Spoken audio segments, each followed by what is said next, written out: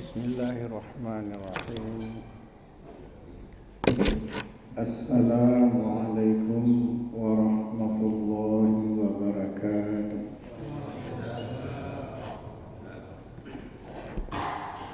Innal hamdalillah nahmaduhu wa nasta'inuhu wa nastaghfiruh wa na'udzu billahi min shururi anfusina wa min sayyiati a'malina. May yahdihillahu fala mudilla lahu wa may yudlil fala hadiya lahu. Asyhadu an la ilaha illallah wahdahu la syarika lah wa asyhadu anna Muhammadan abduhu wa rasuluh. Allahumma shalli wa sallim wa barik ala Muhammad wa ala alihi wa ashabihi wa man tabi'ahum bi ihsanin ila yaumiddin.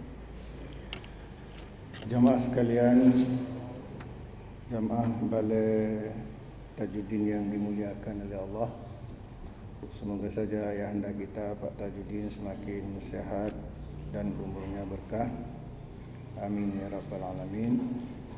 Pada malam ini telah sampai pembahasan kita kitab Mukhtasar Riyadhus Shalihin ini pada bab ke-7, babul yaqin wa tawakkal, ya.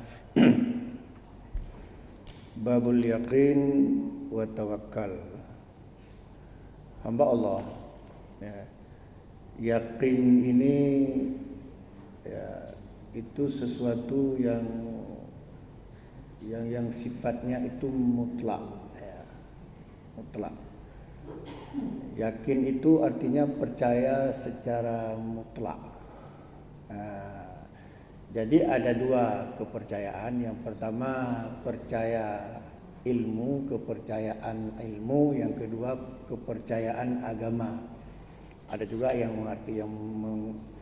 menjelaskan, ada juga yang mengatakan, ya, kebenaran ilmu dan kebenaran agama.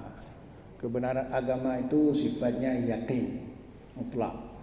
Artinya tidak boleh kita ganggu gugat kebenarannya. Dalam hal ini Allah berfirman, "Faman syaa'a falyu'min, faman syaa'a falyakfur." Barang siapa yang ingin silakan beriman, barang siapa yang ingin silakan kafir. Enggak ada taruh-nawar. Jangan ada ragu-ragu. Kebenaran agama itu kebenaran mutlak, ya, landasannya adalah yakin. Yakin itu kepercayaan mutlak. Kalau ilmu kebenarannya spekulatif, kebenarannya bersifat sementara, ya, artinya apa? Benar sementara sebelum ada teori lain yang lebih benar. Itu ilmu. Nah, di sini kita akan membahas, ya, babul yakin wa tawakkal. Bab yakin dan tawakal. Tawakal itu apa? Berserah diri kepada Allah. Ya. Tetapi dalam hal ini harus kita pahami bahwa kita berserah diri kepada Allah terhadap sesuatu yang kita dahulukan dengan usaha. Setelah usaha baru tawakal. Ya, kenapa? Karena tawakal itu menyangkut hasil. Hasil itu kadang-kadang itu nggak bisa kita tentukan, Allah yang tentukan. Kita hanya berusaha. Innallaha la yughayyiru ma biqaumin hatta yughayyiru ma bi anfusihim. Allah tidak merubah nasib suatu kaum sebelum kaum itu merubah dirinya sendiri. Nah, jadi berusaha berubah diri sendiri, baru tawakal. Kenapa perlu tawakal? Karena jika kita tawakal itu tadi apa? Menyerahkan diri kepada Allah.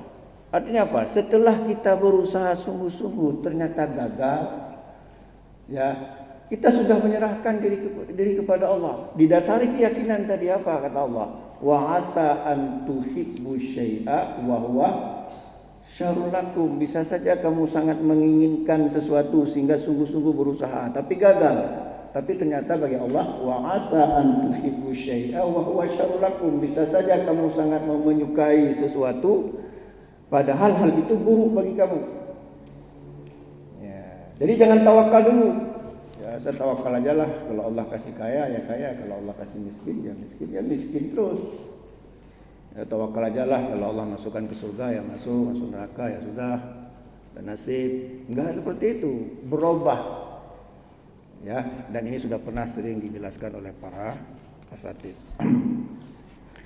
Dalam kitab ini dicantumkan firman Allah surat Ali Imran ayat 173 dan sampai 174 yang bunyinya qala ta'ala, Allah berfirman, alladzina qala lahumun nas innan nasa qad jama'u lakum fakhshawhum fazadahum imana wa qalu hasbunallah wa ni'mal wakil.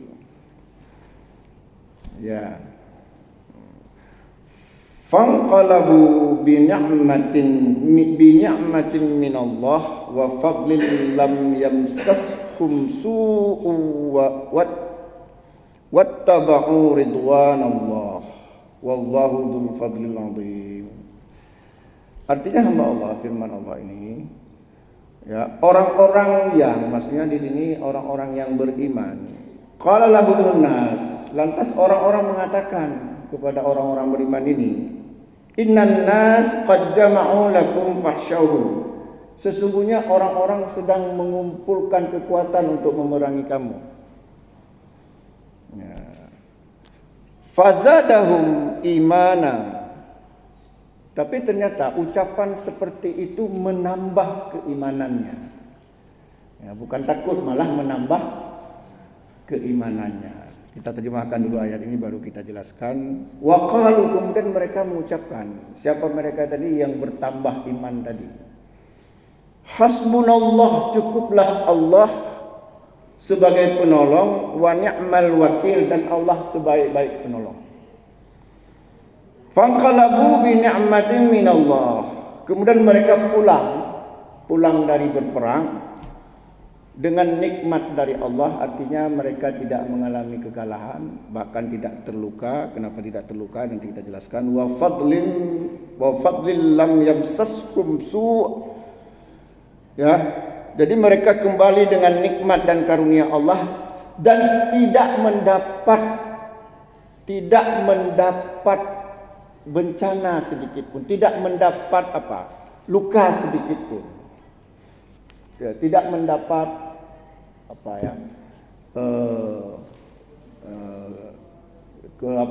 luka dan sebagainya, tidak mendapat kemudaratan sedikit pun. Wattaba'u ridwana, mereka mengikuti keridhaan Allah. Wallahu dzul fadlil 'adzim, dan Allah mempunyai karunia yang besar. Ini asbabun nuzul ayat ini menyangkut dengan perang Ghazwah Hamrul Asad. Ya, pernah dengar perang Hamrul Asad? Ini asbabun nuzul ayat ini ya. Asbabun nuzul itu apa? Sebab-sebab turunnya ayat Al-Quran. Apa itu perang Ghazwah Hamrul Asad? Jadi perang ini ya setelah perang Uhud. Nah, jadi setelah perang Uhud. Jadi ada ghazwah, ada syariah. Apa bedanya?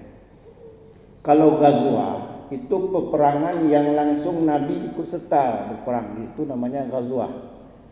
Kalau syariah, Nabi nggak ikut. Kalau ghazwah, Nabi ikut. Ya, jadi di ghazwah ini Nabi ikut. Jadi begini, ketika kaum muslimin kalah dalam perang Uhud, ya, pada saat itu kan kalah kaum muslimin karena kelalaian, ada salah sedikit strategi kelompok pemanah yang kemudian tidak disiplin. Lantas kemudian kaum muslimin balik ke Madinah, kaum kafir Quraisy juga balik ke Mekah, tapi Abu Sufyan belum puas. Dia pemimpin saat itu Abu Sufyan. Dia belum puas kalau belum membunuh Nabi Muhammad. Kalau belum membunuh Muhammad, dia nggak puas. Maka dia berencana, nyata terang dong, gitulah kira-kira. Ini tanggung, perang Uhud itu tanggung. Nggak sempat kita bunuh, kita hanya sempat membunuh Hamzah bin Abi Thalib. hanya sempat kita bunuh Hamzah. Enggak sempat kita ada Hamzah sini. Itu Hamzah tu ya.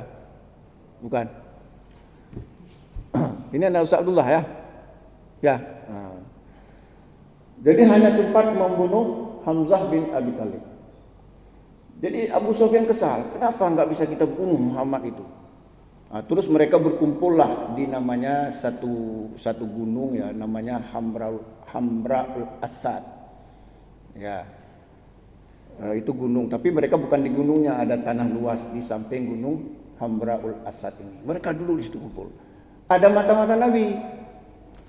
Mata-mata Nabi lapor ke Nabi bahwasanya kaum kafir Quraisy itu masih berencana untuk memerangi kaum muslimin. Terus Rasulullah mengobarkan semangat para sahabatnya.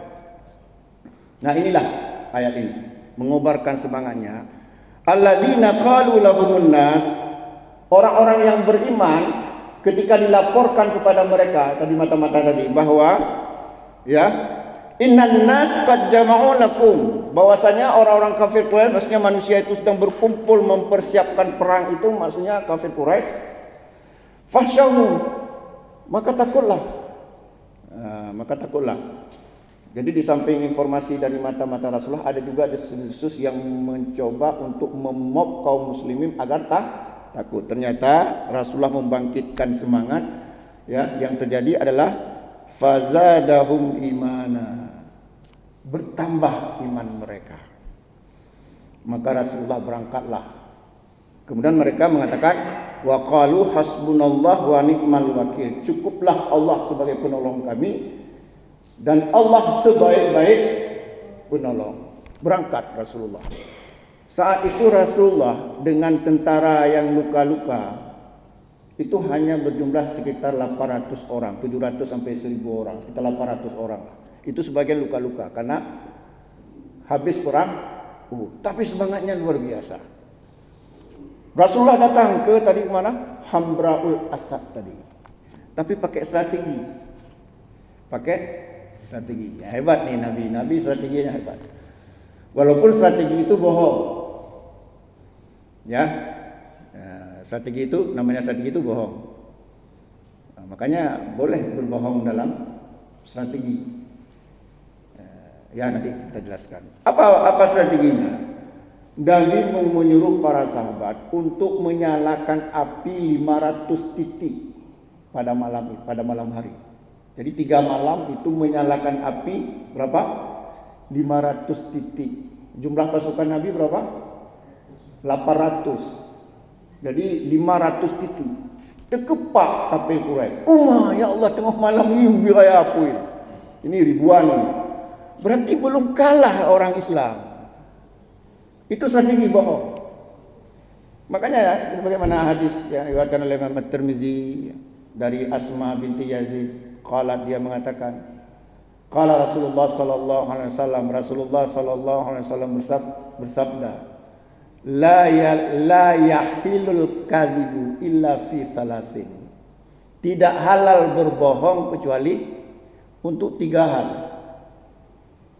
La yahillul kadhibu illa fi salasin. Tidak halal, tidak boleh berbohong kecuali 3 hal.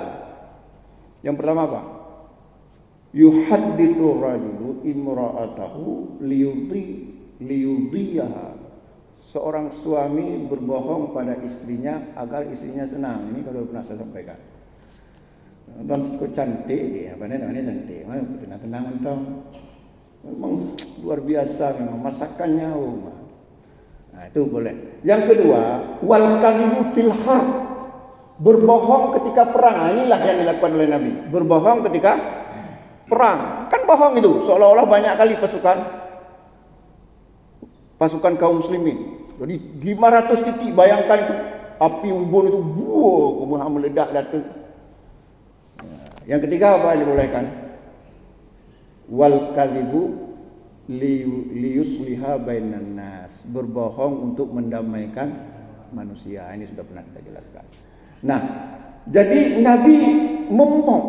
Apa yang terjadi kemudian? Ayat berikutnya, Fanqalabu bi ni'matin minallah. Mereka pulang mengalahkan musuh tanpa peperangan. Makanya tanpa peperangan, tanpa luka. Jadi mengalahkan musuh dengan mob.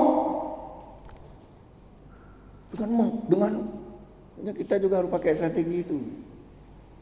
Kita perlu juga itu mob itu. Ya. Fanqalabu bi ni'matin minallah wa fadlil lam yamsashum su. Kemudian kaum muslimin, ya, jadi ketika kafir Quraisy melihat api yang luar biasa, 500 titik ini tengah malam, 500 titik api unggun kon apa namanya, kon cilet-cilet api unggunnya, kon pegoda bukan seperti bakar ikan. Ini api unggun di padang pasir yang memang meledak ke atas, 500 titik. Bagaimana? Terkepak kafir Quraisy. Pulang, pergi, lari. Padahal jumlah mereka 3.000 orang. Ya, makanya, ya, fangqalabu, kaum muslimin pulang bi ni'matin minallah, dapat nikmat dari Allah, artinya menang tanpa peperangan. Wa fadlin lam yamsashum su' wattaba'u ridwanallah wallahu dzul fadlil azim. Pulang tanpa luka karena tanpa peperangan, menang tanpa perang, ya, dan mencari keridhaan Allah, dan Allah mempunyai karunia yang besar. Ini terkenal perang Hamraul Asad. Ini ayat ini asbabun nuzulnya tadi apa? Hamraul Asad. Itu. Jadi berperang, kekuatan itu kadang-kadang tidak terletak pada kuantitas. Coba kita lihat firman Allah dalam surah Al-Baqarah ayat 149. Bagaimana bunyinya? Kam min fi'atin qalilatin ghalabat fi'atan kasiratan biiznillah wallahu ma'as sabirin. Kam, berapa banyak? Kam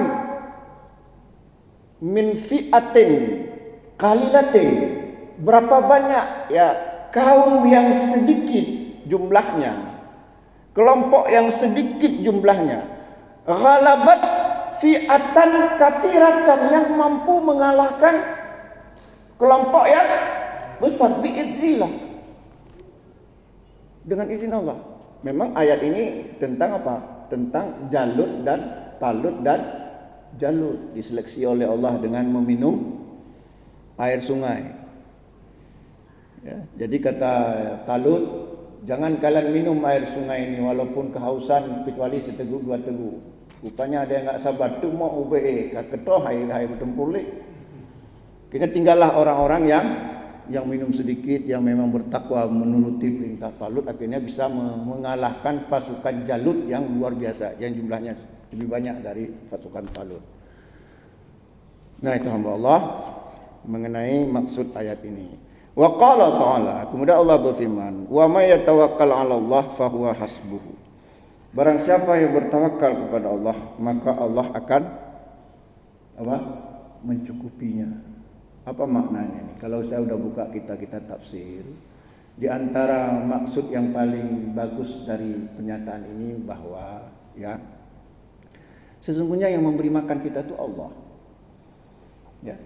Ma min dabatin fil ardi illa 'ala Allahi rizquha. Tidak ada satu makhluk pun di muka bumi ini melainkan Allah jamin rezekinya. Allah jamin rezekinya menurut kebutuhan makhluknya.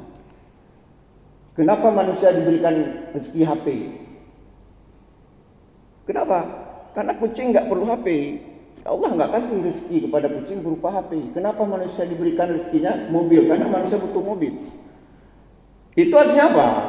Kalau kita betul-betul bertawakal, memahami bahwasanya rezeki itu tidak akan tertukar, cuman hanya kita berusaha menggapainya, insya Allah seluruh kebutuhan kita tercukupi. Insya Allah seluruh kebutuhan kita tercukupi. Tetapi harus diingat, kebutuhan kita itu sesuai dengan fitrah kita. Maksudnya apa? Ketika Allah memberikan kondisi seseorang gajinya sebulan 1 juta, jangan pula dia mengharapkan mobil. Itu nanti panjang lebar, insyaallah kapan-kapan kita jelaskan. Kemudian ada hadis wa'an Ibni Abbas, dari Ibnu Abbas radhiyallahu anhuma, semoga Allah meridhai keduanya.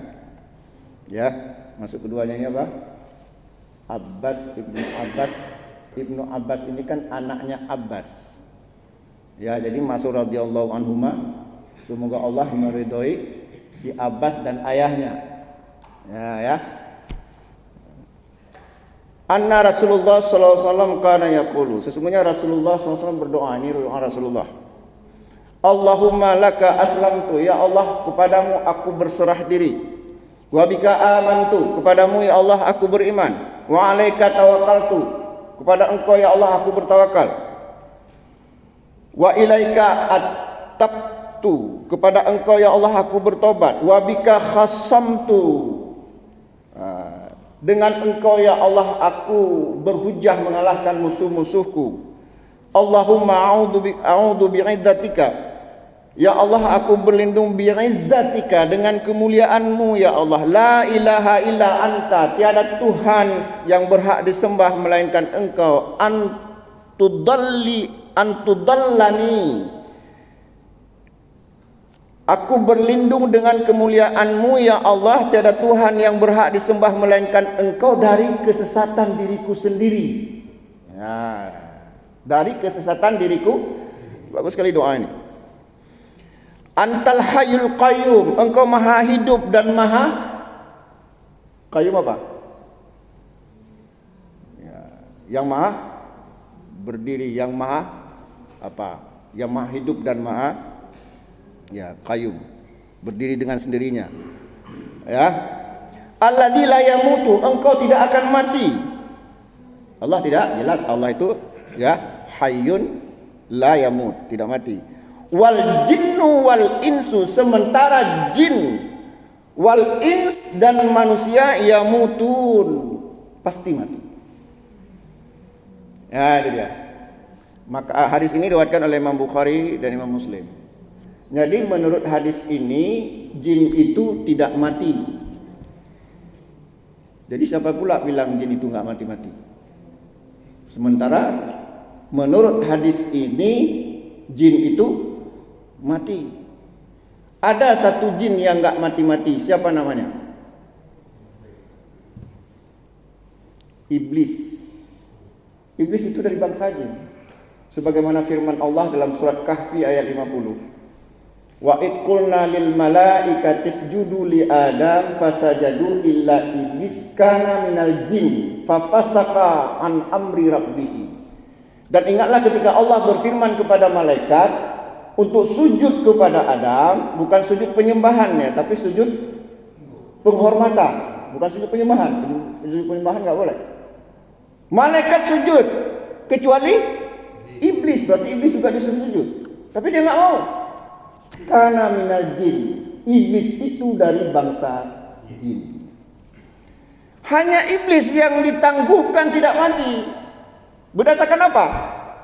Surat Al-A'raf ayat 14-15. Qala, iblis berkata kepada Allah, andirni ila yaumi yub'atsun, ya Allah tangguhkanlah aku hingga hari kebangkitan. Andirni, tangguhkanlah aku, bukan andirna.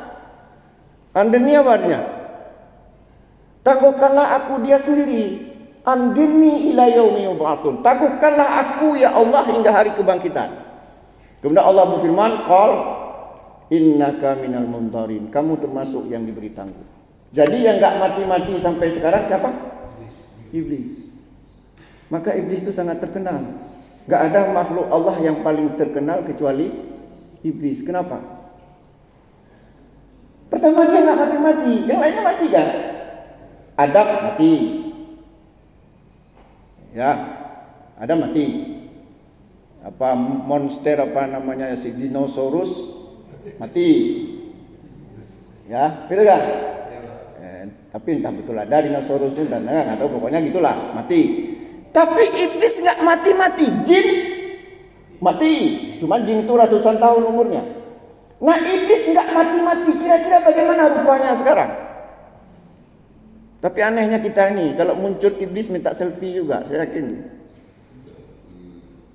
Iblis muncul, walaupun begitu ngerinya, minta iblis selfie dong. Nah, itu kita mental selfie. Jadi iblis sangat terkenal. Pertama apa? Karena dia nggak mati-mati sampai sekarang, nggak tahu rupanya bagaimana. Mungkin kalau muncul mau, coba bayangkanlah berapa sudah umur dunia ini. Kiban hi muka kiban. Mungkin tak kalah mentang mati ini. Yang kedua membuat iblis itu terkenal. Satu-satunya makhluk yang berani berbicara lancang ke hadapan Allah hanya iblis. Itu dalam surat Al-A'raf ayat 16 dan 17.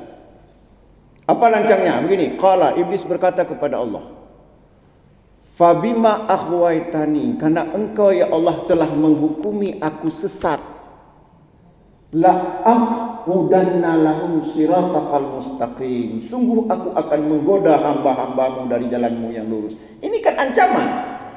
Siapa yang diancam? Allah berani ancam. Karena tanggung-tanggung geng iblis.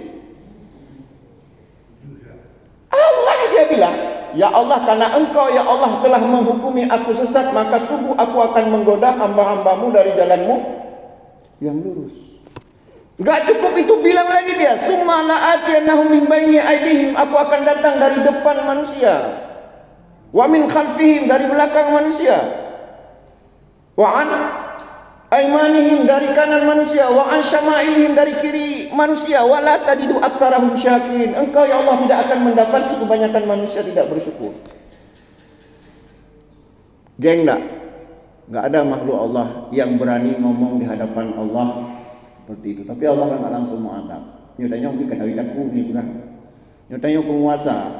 Nah, anak buah, apalagi anak buah itu kita sendiri yang menciptakan, misalnya kata aku. Itu iblis. Kemudian iblis itu dari bangsa jin. Kalau malaikat dari apa? Kalau malaikat diciptakan dari apa? Cahaya. Apa dalilnya? Manusia? Nah, apa dalilnya? Bisa nggak menyebutkan satu dalilnya? Kita kan orang sunnah, harus ada dalil. Walaupun betul jawabannya, tapi kan harus ada dalil. Malaikat itu diciptakan dari cahaya, berdasarkan dari ada hadis dari Aisyah, ya, hadisnya sahih. Kata Aisyah, qala Rasulullah sallallahu alaihi wasallam, Rasulullah sallallahu alaihi wasallam bersabda, khuliqat al-malaikatu min nurin. Diciptakan malaikat itu dari cahaya. Wa khuliqal aljan min madin min narin, dan diciptakan jin itu dari api yang menyala-nyala.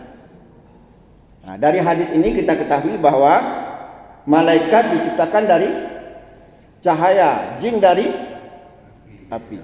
Nah, kemudian dialog iblis dengan Allah. Jadi kata Allah kepada iblis, "Ma mana'aka alla tasjuda if amartuka." Mengapa engkau wahai iblis enggak mau sujud kepada Adam padahal aku memerintahkan kamu seperti itu? Apa jawaban iblis? Ana khairum minhu. Aku lebih baik dari dia. Coba geng kan? Aku lebih baik dari dia si Adam itu. Khalaqtani min nari, engkau ya Allah ciptakan aku dari api, wa khalaqtahu min tin, engkau ciptakan Adam dari tanah. Nah, sudah tahu kita, ternyata Adam itu dari tanah. Dan itu banyak ayatnya. Laqad khalaqnal insana min sulalatin min tin, dan seterusnya. Nah, jadi paling terkenal dunia dan akhirat iblis itu. Satu-satunya makhluk yang berani lancang di hadapan Allah. Tadi kan sudah ada pernyataan iblis kepada Allah tadi apa? Akan menggoda manusia. Bagaimana caranya? Iblis itu cuma satu. Enggak ada dua iblis. Iblis nama untuk melekat pada satu makhluk. Ya. Iblis itu nama melekat hanya pada satu makhluk. Gak mungkin dia bisa menggoda manusia yang jumlahnya berapa jumlah manusia. Gak ada yang sanggup menghitung. Terus bagaimana caranya? Ini harus kita tahu.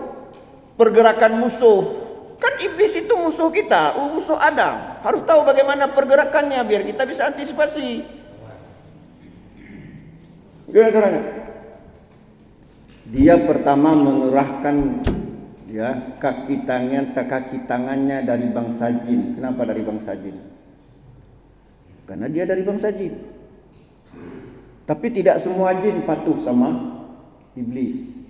Makanya saya beberapa kali saya bilang dalam pengajian-pengajian, bisa saja dalam pengajian ini ada jin yang ikut pengajian, karena mereka juga ada yang Islam. Cuman sebagaimana firman Allah dalam surat Al-A'raf ayat 27 kan. Begini-begininya. Innahu yaraka huwa wa qabiluhu min haitsu la tarawnahu. Innahu sesungguhnya, innahu yaraka huwa wa qabiluhu, sesungguhnya iblis dan bangsanya. Yaraka, innahu yaraka huwa wa qabiluhu, sesungguhnya iblis dan bangsanya melihat kamu min haitsu la tarawnahum, dari tempat yang kamu tidak bisa melihat mereka. Kita dari samping kita nih jin, banyak jin ikut pengajian saya. Mungkin. Cuman kenapa kita nggak nampak? Memang sudah ditakdirkan seperti itu. Jin bisa melihat kita, kita tidak bisa melihat jin. Apa hikmahnya? Karena kebanyakan bangsa jin itu memang ingin menyesatkan manusia, maka kita dilarang berhubungan dengan jin. Karena jin itu adalah bangsanya iblis. Lagi pula hikmahnya apa? Kalau kita bisa lihat jin, kabur kita semuanya.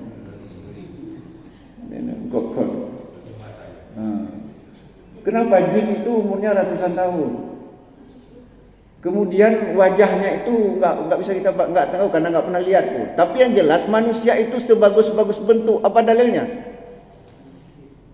Laqad khalaqnal insana fi ahsani taqwim. Sungguh aku ciptakan manusia itu sebagus-bagus bentuk. Jadi kalau ada yang bilang jin itu lebih cantik dari manusia, itu bohong. Makanya nggak nampak. Kalau nampak kok lebih anak mungkin buku pengajian.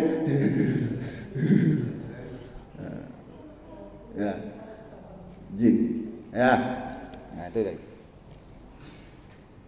Jadi apa tadi? Iblis itu dari bangsa jin. Nah tadi pertama iblis menggunakan bangsanya. Siapa bangsanya? Jin. Nah, siapa di antara jin? Di antara jin korin yang masuk ke tubuh kita. Makanya Nabi mengatakan inna syaitan yajri minal insani majrad dam. Sesungguhnya setan itu berjalan dalam tubuh manusia itu mengikuti aliran darah. Makanya kalau kita mau ruqyah, tekan pembuluh darahnya sambil baca ayat kursi misalnya, tapi jangan keras-keras. Itu menjerit-jerit. Menjerit-jerit dia berarti ada setan sini. Enggak menjerit lagi berarti udah pindah dia. Pindah dia. Cari lagi sampai akhirnya dia keluar. Begitu di antaranya cara meruqyah. Jadi pertama iblis itu menggunakan bangsa jin. Yang kedua menggunakan bangsa manusia. Mungkin udah pernah saya jelaskan ini ya. Udah pernah ya. Menggunakan bangsa manusia yang ini yang capek kita. Menggunakan bangsa manusia. Apa dalilnya? Surat Al-An'am ayat 112. Siapa bisa hafal? Al-An'am ayat 112. Wa kadzalika ja'alna likulli nabiyyin aduwan syayatinal insi wal jin yuhi ba'dhum ila ba'din zurufal qawli ghurura. Dan demikianlah kami jadikan tiap-tiap nabi, kata Allah. Tiap-tiap nabi, berarti tiap-tiap umatnya juga. Wa kadzalika ja'alna likulli nabiyyin, dan demikianlah kami jadikan pada tiap-tiap nabi aduwan, musuh. Siapa musuh tiap-tiap nabi dan umatnya? Syayatinal insi wal jin. Setan-setan dari jenis manusia dan jin. syayatinal insi wal jin, setan-setan dan jenis manusia dan jin. Yuhi ba'duhum ila ba'din zurufal qawli ghurura. Sebagian mereka membisikkan kepada sebagian yang lain kata-kata untuk menipu. Dan ini belum jelas. Saya perjelas lagi. Apa tugas setan? Tugas setan itu adalah mengajak manusia masuk neraka, dan itu misi iblis tadi kan, la aqudanna lahum siratal mustaqim. Sungguh aku akan menggoda hamba-hambamu dari jalanmu yang lurus. Tugas setan memelencengkan, membengkokkan manusia dari jalan yang lurus agar masuk neraka. Apa dalilnya? Fatir ayat 6. Inna syaitana lakum aduun fattakhiduhu aduan innama yad'u hisbahu liyakunu min ashabis sa'ir. Sesungguhnya syaitan itu musuh yang nyata bagi kamu, maka jadikanlah ia musuh. Sesungguhnya syaitan itu mengajak orang-orang yang bisa dipengaruhinya untuk masuk neraka yang menyala-nyala. Jadi tugas syaitan apa? Menggoda manusia agar masuk neraka yang menyala-nyala. Sama enggak dengan misi iblis? Sama. Maka tentaranya iblis itu adalah setan. Setan terdiri dari bangsa jin dan bangsa manusia. Makanya kalau bangsa jin lumayan sikit lah. Ini masalah bangsa manusia, kawan kita sendiri, saudara kita sendiri, keluarga kita sendiri. Masalahnya ini yang ikut membantu iblis. Gimana? Saudara kita sendiri yang larang menjadi sunnah kita. Apa kamu turunnya wahabinya? Gimana? Masalahnya kawan kita sendiri kadang-kadang itu. Tanpa sadar mereka, entah sadar, mungkin tentu nggak sadar. Tanpa sadar sebenarnya dia masuk melamar menjadi pasukannya iblis. Benar. Ya, ini yang capek kita. Coba lihat nih, kawan kita kadang manusia yang sekarang saya tanya ya, mungkin yang membunuh itu manusia, yang memperkosa manusia, yang membakar manusia, yang merampok manusia, yang mengajak main judi manusia. Kalau begitu apa tugas jin, bangsa jin? Itu dari dalam. Jadi tugas jin itu internal. Tugas manusia eksternal. Makanya hebat strategi iblis itu. Makanya juga Allah berfirman, fa in tuti aksara man fil ardi yudilluka an sabilillah. Jika kamu mengikuti kebanyakan manusia di muka bumi, mereka akan menyesatkanmu dari jalan Allah. Berarti kebanyakan manusia sudah jadi tentaranya iblis. Tanpa sadar. Gimana? Ada yang protes? Ya. Ada pertanyaan? Gimana? Tadi kan dia jin sama iblis. Jadi disebut bisa setan kan? Setan itu sebenarnya bukan makhluk tersendiri. Sifat yang jahat. Jin yang jahat yang menjadi kaki tangan iblis namanya setan. Manusia jahat yang menjadi kaki tangan iblis, sadar atau tidak sadar juga disebut setan. Cuman masalahnya kita selama ini kalau dikatakan setan seolah-olah bangsa jin, makanya marah. Setan kamu marah, kenapa? Dianggap seolah-olah punya tanduk. Katanya jin punya tanduk, entah iya enggak. Padahal setan itu bisa jadi dari kalangan manusia. Cuman enggak kasar ketika ada orang bilang, "Enggak usah salah kita, nanti aja salah. Enggak usah salah sekali, enggak usah salah kita. Pergi kita ke disko-disko. Setan kamu." Kasar enggak? Kasar enggak? Tapi bagi orang bilang, "Oh, kasar kali Ustaz itu bilang setan." Nah, jadi setan itu sifat. Ya, sifat. Ada lagi pertanyaan? Ya. Iblis tadi mau berdialog dengan Allah apa sendiri atau kelompok orang yang lain. Kemudian apakah iblis punya keturunan ya? Dia ada istri, ada anak-anak. Iya. Iya. Kalau kita lihat penjelasan para mufassirin, itu dialog, namanya dialog itu berarti dua orang. Kan makna dialog itu apa? Dua orang antara Allah dengan iblis. Tidak ada keterangan iblis itu ramai. Ya, makanya dikatakan andirni, tangguhkanlah aku, bukan andirna, andirni ila yaumi yub'atsun. Tangguhkanlah aku ya Allah umurku hingga hari kebangkitan. Kemudian apakah iblis itu punya istri? Ya, kita bisa bilang mungkin saja ada, tapi memastikan enggak boleh karena wala takfu ma laysa laka bihi ilmun. Jangan kamu mengikuti sesuatu yang enggak kamu punya ilmu. Enggak ada ilmu sama kita. Enggak ada informasi ya, apakah iblis itu punya istri, punya keturunan atau tidak. Cuman kita memungkin-mungkinkan saja. Bisa jadi, tapi masalahnya siapa yang mau sama iblis tua itu? Mungkin aja ya, namanya juga kan orang. Tetap saja, mungkin saja dia walaupun dah tua mungkin kagah juga ada. Cuman nggak ada ilmunya, nggak ada keterangan dari hadis-hadis Nabi tentang keturunan iblis. Yang ada hanya beberapa nama iblis seperti Ifrit dan sebagainya. Ya, jadi kita nggak berani juga menduga-duga karena itu masalah gaib ya. Allah telah membatasi wa indahu mafatihul ghaib la ya'lamuha illa huwa. Hanya di sisi Allah lah kunci-kunci yang gaib, tidak ada yang mengetahuinya kecuali Dia. Tentang nama-nama iblis saja, nama-nama bangsa jin aja itu hadisnya kadang-kadang nggak jelas. Sehingga tapi kalau Ifrit itu setahu saya itu duanya itu bisa dipertanggungjawabkan. Ya, al-khubu'is wal khaba'is itu juga ada hadisnya, yaitu jin yang setan yang duduk di kamar mandi WC ya. Cuman enggak, kalau kita katakan iblis itu single itu enggak mungkin juga. Enggak mungkin juga. Cuman kita enggak bisa berbicara hal itu karena itu masalah gaib. Ya. Ada lagi yang lain? Enggak ada. Saya sejauh yang saya ketahui enggak ada ya. Enggak ada riwayat. Nah, lagi pula riwayat-riwayat seperti itu biasanya itu tidak kalaupun ada tidak populer karena dianggap tidak bermanfaat. Ya, dianggap tidak. Nah, itulah kebiasaan sahabat. Para sahabat itu tidak akan pernah mau memperhatikan hal-hal yang tidak bermanfaat. Jarang memperhatikan hal-hal yang tidak bermanfaat. Para sahabat itu bertanya sesuatu yang ingin diamalkan.